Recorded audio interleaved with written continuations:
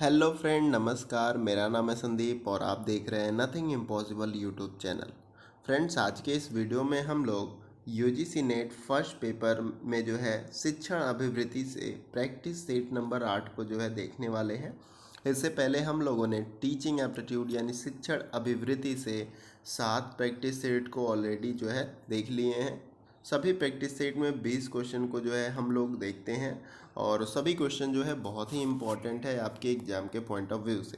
तो हम इस प्रकार से करते हैं कि क्वेश्चन को रीड करते हैं, फिर आपको जो है आंसर करना होता है। तो अगर आप आंसर नहीं कर पाते हैं तो भी हम आपको कुछ देर बाद आंसर बता देते हैं, लेकिन आपको करना है कि खुद से ट्राई करना है। क्वेश्चन को आए चाहे ना आए, लेकिन आप खुद से अपने माइंड से सोचिए कि इसका आंसर क्या हो सकता है। वीडियो लगे कि फास्ट है तो वीडियो को आप पॉज करिए, फिर उसके बाद उसका आंसर देने का प्रयास करिए। प्रैक्टिस सेट एक ऐसा सिस्टम समझ लीजिए एग्ज़ाम का होता है कि जिससे हम अपने आपके जो तैयारी है उसका आकलन करते हैं। तो प्रैक्टिस सेट जो है आप मैक्सिमम लगाइए। मैं कोशिश करूँगा कि आपको मैक्सिमम क्वेश्चन करा दूँ, जिससे कि जो है हर यूनिट में जैसे 5 क्वेश्चन पूछे जाने हैं तो हर यूनिट के 5 क्वेश्चन आपके ईजी बन जाए। यानी प्रत्येक यूनिट से मैं इतने क्वेश्चन कराऊँ कि आपके 5 जो क्वेश्चन होते हैं वो ईजी वे में जो है बन जाएँ। ठीक है, तो चलिए वीडियो को स्टार्ट करते हैं। वीडियो को स्टार्ट करने से पहले आप सभी से हम्बल रिक्वेस्ट है, अगर आप नए व्यूअर हैं तो चैनल को जरूर सब्सक्राइब करिएगा और उसके बगल में बेल आइकन का बटन होता है, इस प्रकार से उसको आप प्रेस कर लीजिएगा न्यू अपडेट्स को पाने के लिए। चलिए वीडियो को स्टार्ट करते हैं।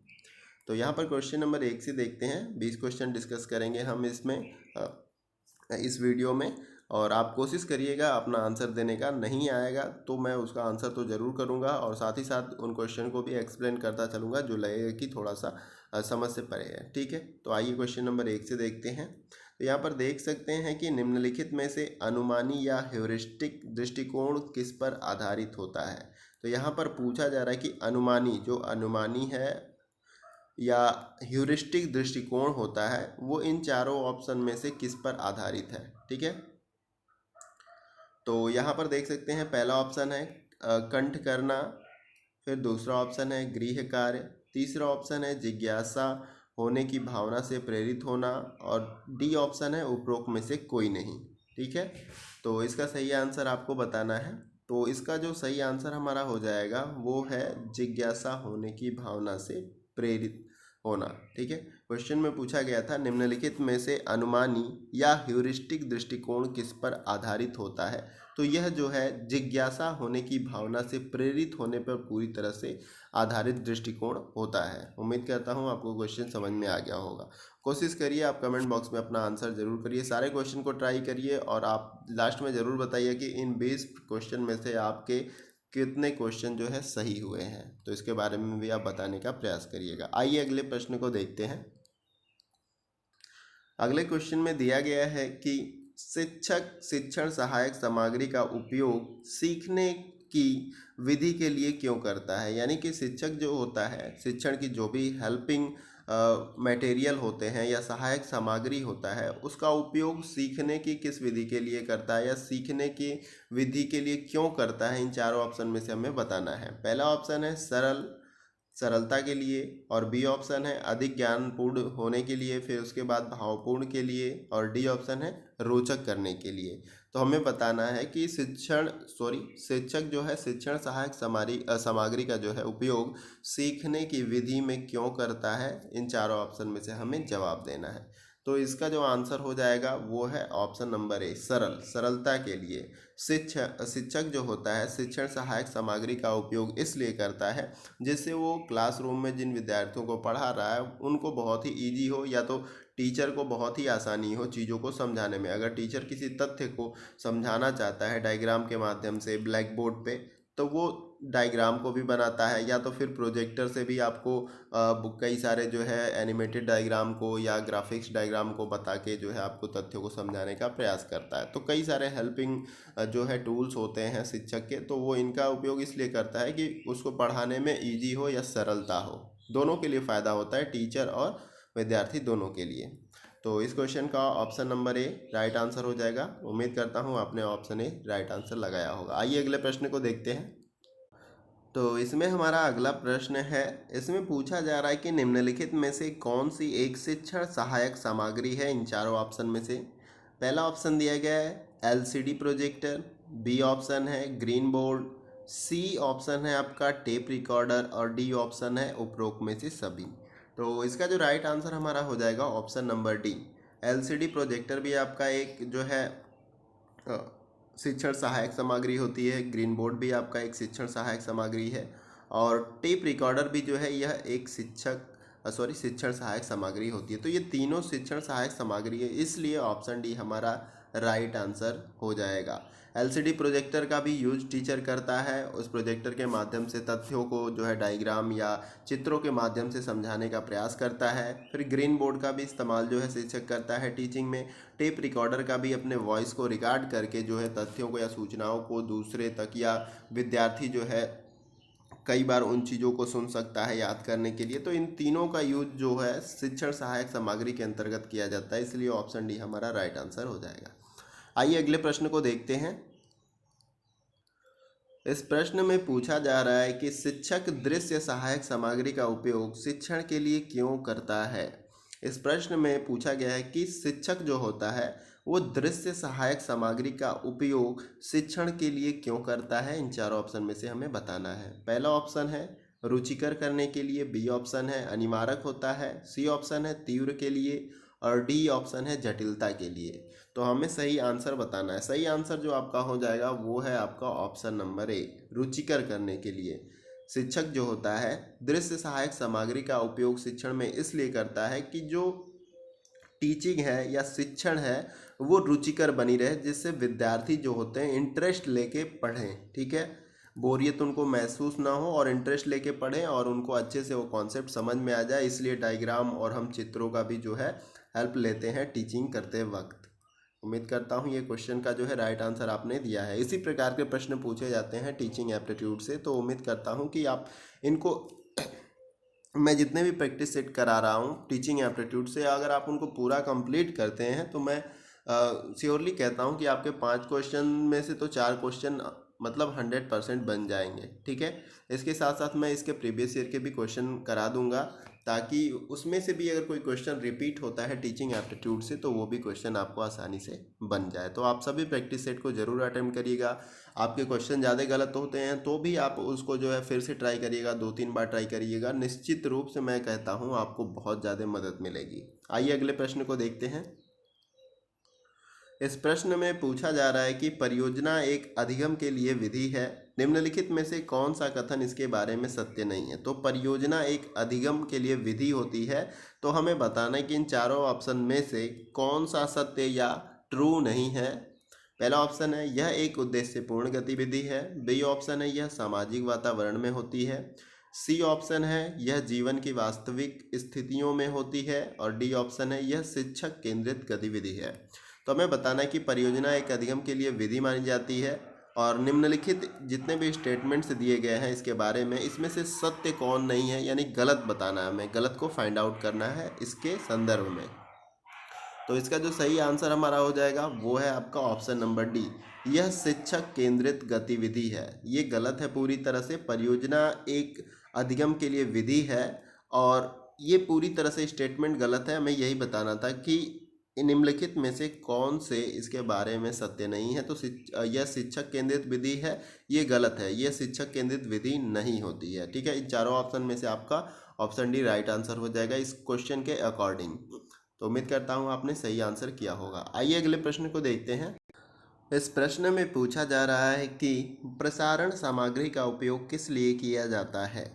पहला ऑप्शन है बेहतर एकाग्रता और सीखने के लिए, बी ऑप्शन है अधिकतर लोगों तक पहुंचने के लिए, सी ऑप्शन है पढ़ाए जाने वाले विषयों की बेहतर धारणा शक्ति के लिए और डी ऑप्शन है उपरोक्त में से सभी। तो इसका जो सही आंसर हमारा हो जाएगा वो है आपका ऑप्शन नंबर डी, उपरोक्त में से सभी। तो इस क्वेश्चन का जो हमारा सही आंसर हो जाएगा ऑप्शन नंबर डी। प्रश्न में पूछा गया कि प्रसारण सामग्री का उपयोग किस लिए किया जाता है इन चारों ऑप्शन में से, तो उपरोक्त में से सभी। बेहतर एकाग्रता और सीखने के लिए भी प्रसारण सामग्री का उपयोग किया जाता है और बी जो ऑप्शन दिया गया है अधिकतर लोगों तक पहुंचने के लिए भी प्रसारण विधि या प्रसारण सामग्री का प्रयोग किया जाता है या उपयोग किया जाता है। सी ऑप्शन भी दिया गया है, पढ़ाए जाने वाले विषयों की बेहतर धारणा शक्ति के लिए भी जो है प्रसारण सामग्री का उपयोग किया जाता है। तो इस प्रकार से ऑप्शन डी हमारा राइट आंसर हो जाएगा। आइए अगले प्रश्न को देखते हैं। इस प्रश्न में दिया गया है कि निम्नलिखित में से कौन सा लाभ ओवरहेड प्रोजेक्टर से संबंधित है। हमें चारों ऑप्शन में से बताना है। पहला ऑप्शन है अपेक्षाकृत कम खर्चीला होना। बी ऑप्शन है ओवरहेड पारदर्शकता को अपेक्षाकृत तीव्रता से बनाया जाना। सी ऑप्शन है कक्षण गतिविधि के दौरान शिक्षकों को पारदर्शी सीट पर लिखने का विकल्प प्रस्तुत करना, या तो डी ऑप्शन उपरोक्त में से सभी। तो इसका जो राइट आंसर हमारा हो जाएगा option number D right answer हो जाएगा। उपरोक्त में से सभी जो है सही आंसर है। क्वेश्चन में पूछा गया कि निम्नलिखित में से कौन सा ओवरहेड प्रोजेक्टर से संबंधित है। तो ये तीनों जो है आपका ओवरहेड प्रोजेक्टर से पूरी तरह से संबंधित है, इसलिए जो है ऑप्शन डी आपका राइट आंसर हो जाएगा। आइए अगले प्रश्न को देखते हैं। इस प्रश्न में पूछा जा रहा है कि श्यामपट्ट पर लिखते समय सबसे महत्वपूर्ण क्या होता है इन चारों ऑप्शन में से एक शिक्षक के लिए। तो इसमें ऑप्शन ए दिया गया है अच्छी लिखावट के लिए। बी ऑप्शन है लेखन में स्पष्टता के लिए। सी ऑप्शन है बड़े अक्षरों में लिखना। डी ऑप्शन है छोटे अक्षरों में लिखना। तो इस प्रश्न में पूछा गया है कि श्यामपट्ट पर लिखते समय सबसे महत्वपूर्ण इन चारों ऑप्शन में से क्या होता है। मैंने चारों ऑप्शन को आपको बता दिया। तो इसका राइट आंसर जो हमारा हो जाएगा ऑप्शन नंबर ए अच्छी लिखावट के लिए। श्यामपट्ट पर लिखते समय सबसे महत्वपूर्ण क्या होता है, अच्छी लिखावट। अगर हम साफ सुथरी लिखावट में श्यामपट्ट पे लिखते हैं तो वो चीज़ें जो भी हम लिखते हैं जिन तथ्यों के बारे में, तो वो अच्छे से स्पष्ट रूप से जो है विद्यार्थी को दिखाई देगी ताकि उसको समझने में आसानी हो। अगर हम उसको बहुत ही कन्फ्यूजनिंग वर्ड्स की तरह लिखते हैं या आपस में सटा के, या वर्ड स्पष्ट रूप से दिखाई नहीं देते, तब भी जो है एक समस्या हो जाएगी जिससे विद्यार्थी उसको समझ नहीं पाएंगे। तो अच्छी लिखावट होनी चाहिए श्यामपट्ट पे, यह एक महत्वपूर्ण जो है बिंदु होता है श्यामपट्ट पे लिखते समय। तो ऑप्शन ए हमारा राइट आंसर हो जाएगा इस क्वेश्चन का। आइए अगले प्रश्न को देखते हैं। इस प्रश्न में पूछा जा रहा है कि श्यामपट्ट को शिक्षण सहायक सामग्री के निम्नलिखित में से किस श्रेणी में सम्मिलित किया जा सकता है। पहला ऑप्शन दिया गया है इसमें श्रव्य सहायक सामग्री। बी ऑप्शन है दृश्य सहायक सामग्री के अंतर्गत, या सी ऑप्शन है दृश्य श्रव्य सहायक सामग्री के अंतर्गत, या डी ऑप्शन उपरोक्त में से कोई नहीं। तो इसका जो सही आंसर हमारा हो जाएगा वो है ऑप्शन नंबर बी दृश्य सहायक सामग्री के अंतर्गत जो है हम श्यामपट्ट को सम्मिलित करते हैं। प्रश्न में यही पूछा गया कि श्यामपट्ट को शिक्षण सहायक सामग्री के निम्नलिखित में से किस श्रेणी में सम्मिलित किया जाता है, या निम्नलिखित चारों ऑप्शन में से किसके अंतर्गत उसको सम्मिलित किया जाता है, ये हमें बताना था। तो इसका जो राइट आंसर हमारा था वो है ऑप्शन नंबर बी दृश्य सहायक सामग्री। श्यामपट्ट का जब हम उपयोग करते हैं तो ये एक दृश्य सहायक सामग्री होती है। इस बोर्ड पे हम तमाम तरह के तथ्यों को या जो भी चीज़ हमें समझाना होता है उसको लिखते हैं, या चित्रों के माध्यम से समझाना हो या डायग्राम के माध्यम से समझाना हो, उस तरह से जो है हम इसका उपयोग करते हैं। तो यह एक प्रकार का दृश्य सहायक सामग्री होता है। तो ऑप्शन बी हमारा राइट आंसर हो जाएगा। आइए अगले प्रश्न को देखते हैं। इस प्रश्न में दिया गया है कि निम्नलिखित में से कौन सा विकल्प शिक्षण कौशल से संबंधित है। पहला ऑप्शन है श्यामपट्ट लेखन। बी ऑप्शन है प्रश्नों का समाधान करना। सी ऑप्शन है प्रश्न पूछना। डी ऑप्शन है उपरोक्त में से सभी। तो हमें बताना है कि निम्नलिखित में से कौन सा विकल्प शिक्षण कौशल से संबंधित है। तो इसका जो सही आंसर हो जाएगा वो है ऑप्शन नंबर डी उपरोक्त में से सभी। श्यामपट्ट लेखन, बी जो है आपका प्रश्नों का समाधान करना, सी जो है प्रश्न पूछना, ये सभी जो है आपका शिक्षण कौशल से संबंधित विकल्प होते हैं। ठीक है, तो ये तीनों ऑप्शन हमारा राइट हो जाएगा, इसलिए ऑप्शन डी हमारा राइट आंसर है उपरोक्त में से सभी। आइए अगले प्रश्न को देखते हैं। इस प्रश्न में पूछा जा रहा है कि शिक्षक शिक्षण सहायक सामग्री का उपयोग किस लिए करते हैं। पहला ऑप्शन है शिक्षा को मनोरंजक बनाने के लिए। बी ऑप्शन है छात्रों की ग्रहण शक्ति स्तर को बढ़ाने के लिए। सी ऑप्शन है छात्रों का ध्यान आकर्षित करने के लिए, या डी ऑप्शन है छात्रों को शिष्ट बनाने के लिए। तो हमें इसमें से राइट आंसर बताना है। तो इसका जो राइट आंसर हो जाएगा वो है आपका ऑप्शन नंबर बी छात्रों की ग्रहण शक्ति स्तर को बढ़ाने के लिए। प्रश्न में यही पूछा गया है कि शिक्षक शिक्षण सहायक सामग्री का उपयोग किस लिए करते हैं। तो छात्रों की ग्रहण शक्ति स्तर को बढ़ाने के लिए, यानी कि तमाम तरह की जो हम सहायक सामग्री का उपयोग करते हैं शिक्षण सहायक सामग्रियों को, तो उसका उपयोग किस लिए किया जाता है, तो छात्रों की ग्रहण शक्ति स्तर को बढ़ाने के लिए। यानी कि जो भी चीज़ हम पढ़ाते हैं उसको वो ऑब्जर्व बहुत ही बेहतर तरीके से करें, या तथ्यों को बहुत अच्छे से समझें, जो भी हम बताएं उनको जो है अच्छे से याद कर लें। तो इनके लिए ही जो है हम हेल्पिंग टूल का इस्तेमाल करते हैं, शिक्षक के हेल्पिंग टूल या सहायक सामग्री का। तो ऑप्शन बी हमारा राइट आंसर हो जाएगा इस क्वेश्चन का। आइए अगले प्रश्न को देखते हैं। इस प्रश्न में पूछा जा रहा है कि निम्नलिखित में से कौन सा माध्यम शिक्षार्थियों को परस्पर वार्तालाप करने के लिए उपयुक्त है। पहला ऑप्शन है फिल्म का उपयोग, बी ऑप्शन है लघु समूह चर्चा, सी ऑप्शन है विशेषज्ञों द्वारा व्याख्यान, डी ऑप्शन है देश व्यापक शिक्षा कार्यक्रमों को टीवी पर दिखाना। तो इसका जो राइट आंसर हमारा हो जाएगा वो है आपका ऑप्शन नंबर बी, लघु समूह चर्चा। प्रश्न में पूछा गया है कि निम्नलिखित में से कौन सा माध्यम शिक्षार्थियों को परस्पर वार्तालाप करने के लिए उपयुक्त है। तो लघु जो समूह चर्चा होता है वो शिक्षार्थियों को परस्पर वार्तालाप करने के लिए बहुत ही उपयुक्त होता है। तो ऑप्शन बी हमारा राइट आंसर हो जाएगा। लघु समूहों में क्या करते हैं, विद्यार्थी आपस में आसानी के साथ बातचीत कर सकते हैं। अगर समूह बड़ा है तो आप आपस में बातचीत नहीं कर सकते हैं, तो ये बहुत ही जरूरी हो जाता है। ऑप्शन नंबर बी जो है हमारा राइट आंसर हो जाएगा इस प्रश्न के अकॉर्डिंग। आइए अगले प्रश्न को देखते हैं। इस प्रश्न में पूछा जा रहा है कि कक्षा अनुशासन का उद्देश्य निम्नलिखित में से क्या होना चाहिए। पहला ऑप्शन है सामाजिक समानुरूपता, बी ऑप्शन है स्वनिर्देशन, सी ऑप्शन है व्यक्तिक एवं सामाजिक समायोजन, डी ऑप्शन है स्वीकार्य कक्षा व्यवहार। तो इसका जो सही आंसर हमारा हो जाएगा वो है ऑप्शन नंबर डी, स्वीकार्य कक्षा व्यवहार। क्वेश्चन में पूछा गया कि कक्षा अनुशासन का उद्देश्य निम्नलिखित में से क्या होना चाहिए। स्वीकार्य कक्षा व्यवहार, यानी एक टीचर चाहता है कि विद्यार्थी जो है अपना व्यवहार जो है कक्षा में स्वीकार्य करे, यानी कि अच्छे तरीके से अपने व्यवहार को रखे, एक दूसरे के साथ जो है अच्छे से बात करे, रिस्पेक्ट करे। तो जो स्वीकार्य हो सकता है वैसा व्यवहार उसको करना चाहिए। कक्षा अनुशासन उद्देश्य के अंतर्गत जो है स्वीकार्य कक्षा व्यवहार होना चाहिए। ऑप्शन डी हमारा राइट आंसर हो जाएगा इस प्रश्न के अकॉर्डिंग। आइए अगले प्रश्न को देखते हैं। तो हम इसमें अगले प्रश्न को देखते हैं। इस प्रश्न में दिया गया है कि परीक्षण के मानकीकरण से संबंधित निम्नलिखित क्रियाकलापों को सही क्रम में हमें लिखना है। तो परीक्षण के जो मानकीकरण से संबंधित क्रियाकलाप होते हैं ये दिए गए हैं यहाँ पर कुछ, और इनको सही क्रम में हमें लगाना है।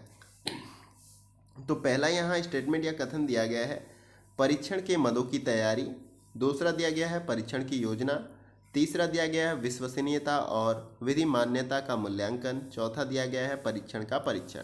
और हमें करना क्या है कि ये जितने भी स्टेटमेंट दिए गए हैं परीक्षण के मानकीकरण से संबंधित, इनको जो है सही क्रम में हमें लगाना है। तो इसके अकॉर्डिंग जो है ऑप्शन ए हमारा राइट आंसर हो जाएगा। तो आपको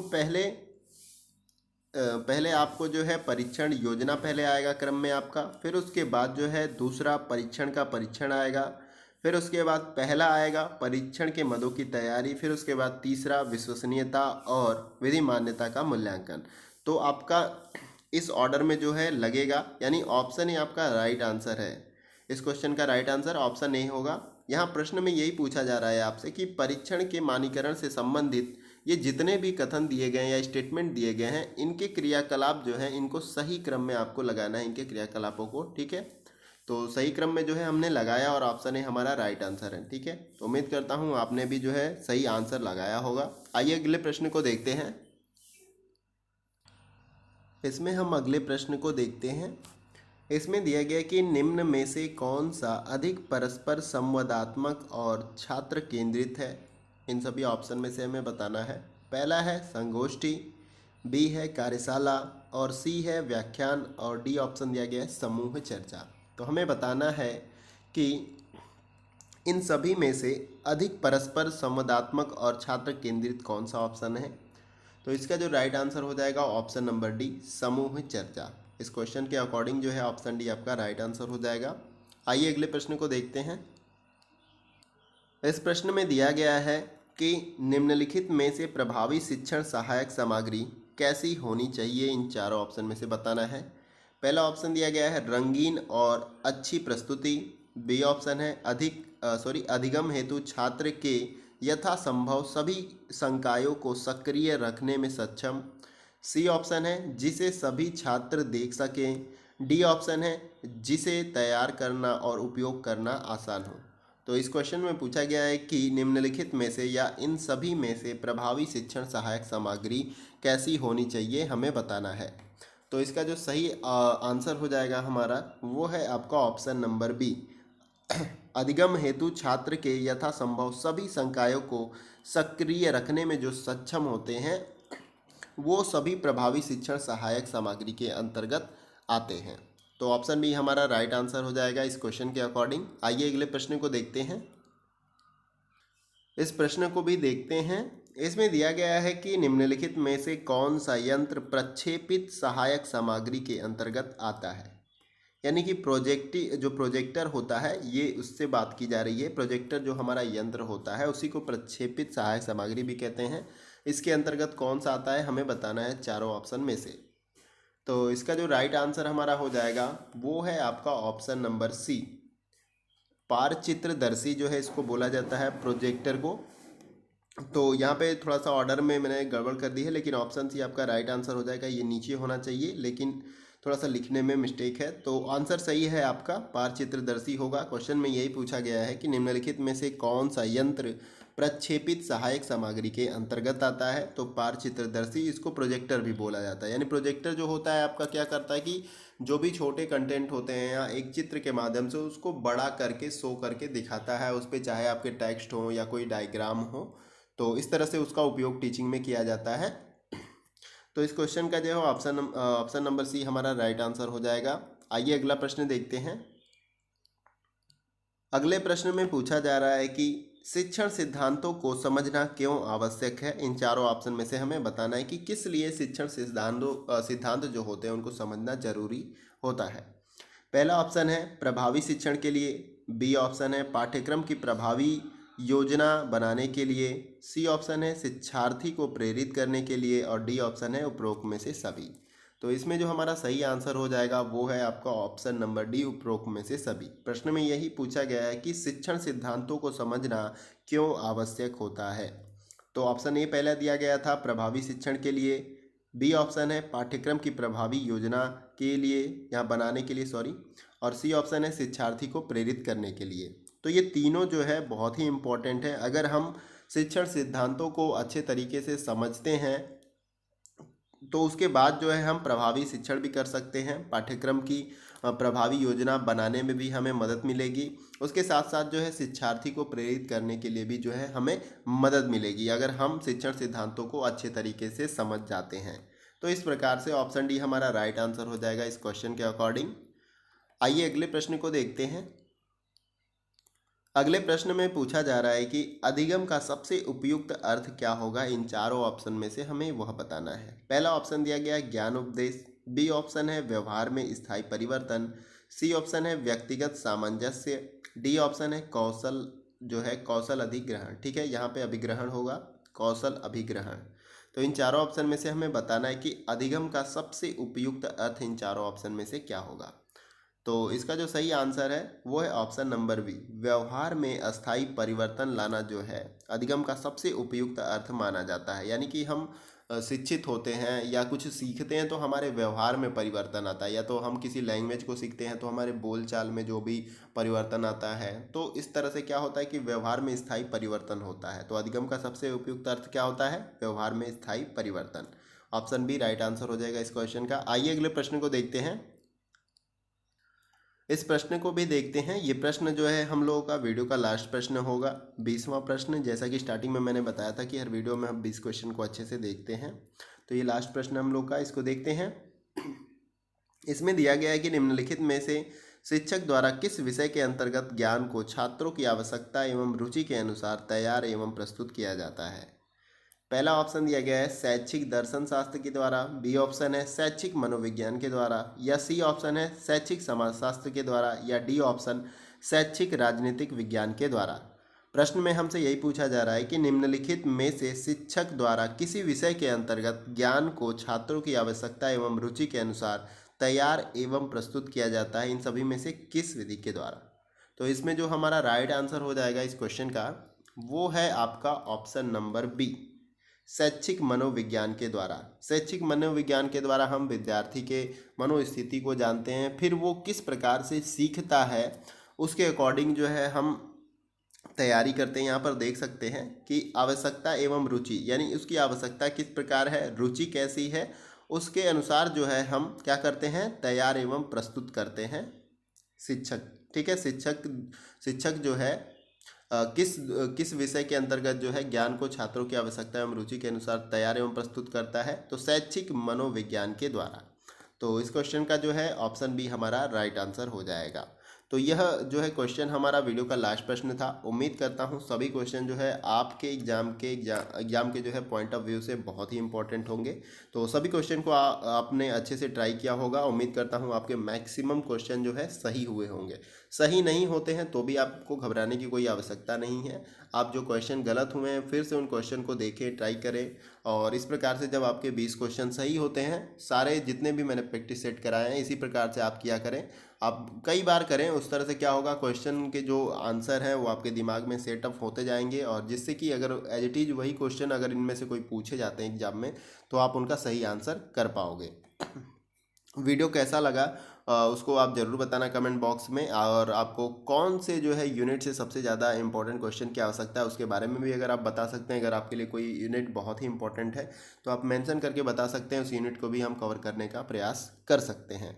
वीडियो को लाइक करें, ताकि हमें वीडियो को लाइक करने से हमें बहुत सारा मोटिवेशन और अप्रिसिएशन मिलता है। हमें लगता है कि आप हमारी वीडियो को देखते हैं और आपके लिए वीडियो जो है बहुत ही रेलिवेंट है या इम्पॉर्टेंट है, तो हमें आपके लिए जो है कंटिन्यूअस वर्क करना चाहिए। तो अगर आप लाइक करते हैं तो हमें पता चलता है कि एक फीडबैक के तौर पे यह पता चलता है कि आपको वीडियो अच्छा लगा, तो हमें किस प्रकार से आगे की वीडियो को बनाना चाहिए।